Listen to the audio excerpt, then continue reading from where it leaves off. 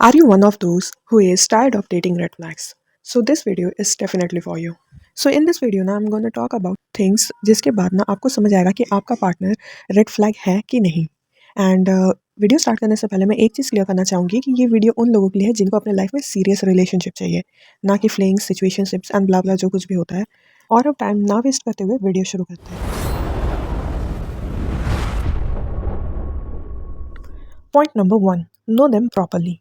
अब हर किसी का ना अपना अपना टाइप होता है एंड आपको भी आपका टाइप ज़रूर पता होगा. तो आप जिस भी बंदे को डेट करते हो ना, सबसे पहले जानिए समझिए कि वो बंदा आपको जैसा चाहिए वैसा है कि नहीं, या आपको कुछ ज़्यादा ही कॉम्प्रोमाइज़ेस करने पड़ रहे हैं रिलेशनशिप में. क्योंकि कोई भी रिलेशनशिप ना परफेक्ट नहीं होता है, लेकिन हमें देखना पड़ता है कि क्या हमें अपने प्रायोरिटीज़ को कॉम्प्रोमाइज़ करना पड़ रहा है और इग्नोर करना पड़ रहा है, या फिर वो बंदा हमारे नीड्स को फुलफ़िल कर रहा है. फॉर एग्ज़ाम्पल किसी-किसी लोगों के लिए ना इमोशनल नीड्स काफ़ी ज़्यादा इंपॉर्टेंट होते हैं. तो अगर आप एक ऐसे बंदे को डेट करो जिसका बिहेवियर काफ़ी ज़्यादा कोल्ड है, वैसे हो सकता है कि आपका कुछ शॉर्ट टाइम के लिए चल जाए, लेकिन लॉन्ग टर्म में ऐसा रिलेशनशिप वर्क नहीं करने वाला है. क्योंकि एक टाइम के बाद ना आप बर्न आउट और ड्रेन होने लग जाओगे रिलेशनशिप में. इसीलिए in your dating phase try to know the person as more as you can. And please take time, don't rush into everything. उनको भी टाइम दो, आप भी टाइम लो. एंड एक बार श्योर हो जाओ then you go to relationship. आपको at least 3 month का तो टाइम देना ही पड़ेगा अपने डेटिंग फेज में. उसके बाद ही आप कमिटमेंट के बारे में सोचिएगा, उससे पहले नहीं. Point number 2, try to know their real selfs. Well, if you are in a dating phase and obviously आप जब डेट कर रहे हो तो सामने वाले को कुछ पसंद आया होगा आप में और आपको भी कुछ पसंद आया होगा उनमें. एंड आप लोगों के बीच में बहुत सारी बातें भी हो रही होगी.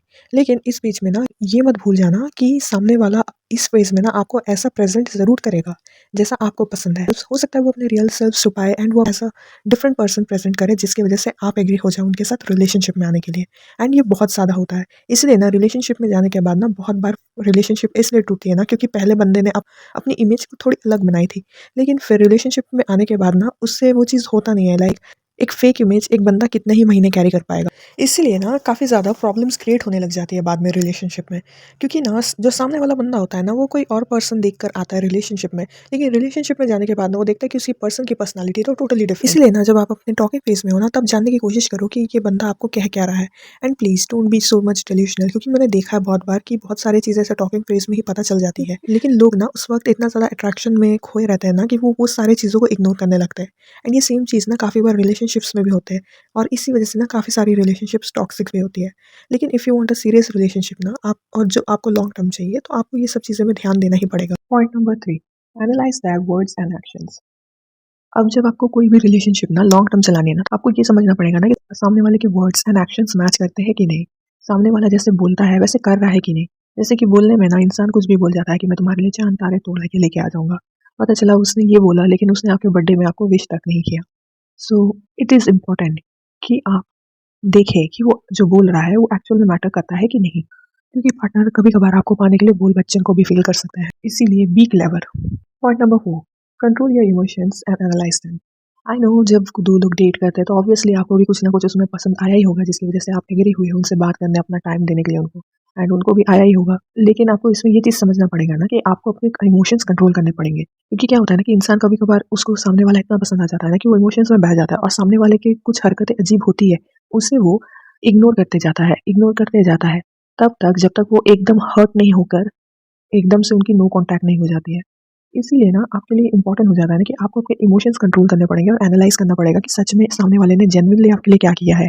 इसको समझाने के लिए मैं एक एग्जांपल देना चाहूँगी. फॉर एग्जांपल आप कहीं पर जा रहे थे एंड आपके पार्टनर ने ना आपके लिए एक सरप्राइज डेट प्लान किया है. आपको वो सरप्राइज बहुत ज़्यादा अच्छा लगा एंड आपने वो डेट भी एंजॉय की. एंड आप रात तक ना यही सोच रहे थे ना कि आपका पार्टनर कितना अच्छा है, आपसे कितना प्यार करता है एंड ऑल वगैरह वगैरह. लेकिन कुछ देर बाद ना आपको रियलाइज होता है ना कि कुछ दिन पहले आपका आपके पार्टनर के साथ बहुत भयानक फाइट हुआ था. इसलिए क्योंकि आपको लगा कि आपका पार्टनर किसी और लड़की से बात कर रहा है.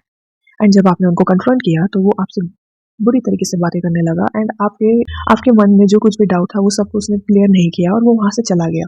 एंड अब आप जब उससे इतना दिन बात नहीं कर रहे थे, इसी वजह से वो आपको सरप्राइज दे रहा है एंड आप इमोशंस में बहकर खुश हो रहे हो कि आपको उसने सरप्राइज दिया. आपको एनालाइज करना पड़ेगा चीज़ों को. कभी कभार सामने वाला आपको देखता है कि आप सीरियस हो उसको लेके, इसलिए आपको बेवकूफ़ बना जाता है. लेकिन आपको बेवकूफ़ नहीं बनना है, आपको सच्ची में एक थर्ड पर्सन होकर अपने सिनेरियोस को देखना है. ये सोचना आप ये जगह पे आप अपने बेस्ट फ्रेंड को रखिए और उसके बॉयफ्रेंड को रखिए. एंड सोचिए कि अगर आपका बेस्ट फ्रेंड का बॉयफ्रेंड आपकी बेस्ट फ्रेंड के साथ ऐसा करता तो फिर आपका क्या रिएक्शन होता. जब आप ये सब चीज़ें अपने बेस्ट फ्रेंड के साथ होते हुए नहीं देख सकते हो, तो आप अपने साथ ये सब चीज़ें होते हुए कैसे देख सकते हो. Point 5, have patience, don't run into relationship. अब ये सबसे ज़्यादा इम्पोर्टेंट होता है कि इंसान को पेशेंस रखना चाहिए। पेशेंस ये इस चीज़ के लिए ना कि आपको आपको सामने वाले को समझना पड़ेगा। आपको समझना पड़ेगा उसके रियल सेल्फ को। इन सब चीज़ों के लिए बहुत ज़्यादा पेशेंस चाहिए हो एंड अगर आज के ज़माने में अगर आपको सीरियस रिलेशनशिप चाहिए ना और सच में कोई ट्रू एंड लॉयल पर्सन चाहिए ना, तो आपको ये सब स्टेप्स फॉलो करने ही पड़ेंगे। आपको समझना पड़ेगा, नहीं तो शॉर्ट टर्म प्लेजर्स के लिए आप लॉन्ग टर्म ड्रामा ले सकते, लेकिन उस चीज़ की वज़ह से ना सबसे ज़्यादा प्रॉब्लम आप ही को होगी बाद एंड आप ही को सफ़र करना पड़ेगा। ये सब चीज़ें मैंने कह तो दी, लेकिन आई नो जो इंसान रिलेशनशिप में होता है वो प्यार में अंधा हो जाता है एंड शायद सीरियस भी हो जाता है एंड शायद ये सब चीज़ें उसके लिए फॉलो करना भी मुश्किल होगा एंड आप में से शायद बहुत लोग ऐसे भी होंगे जो शायद से अभी रेड फ्लैग को डेट कर रहे होंगे।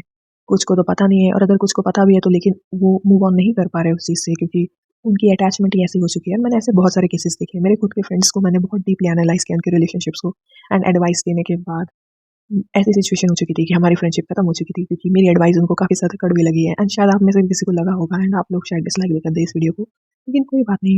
लाइक मुझे इतना पता है कि मैंने जो कहा वो कुछ गलत तो है नहीं and I know this video will be helpful for those who are actually tired of dating red flags and they want something serious in their lives and उनको शायद नहीं समझ आता है क्योंकि ये सब पॉइंट्स ना हर एक इंसान समझ सकता है, लेकिन उसे बैठकर काफ़ी ज़्यादा थिंक करना पड़ेगा, सोचना पड़ेगा, एनालाइज करना पड़ेगा कि कहाँ मिस्टेक हुई है, कहाँ बिहेवियर है, किसी का बिहेवियर रॉन्ग हुआ था कि या क्या हुआ था।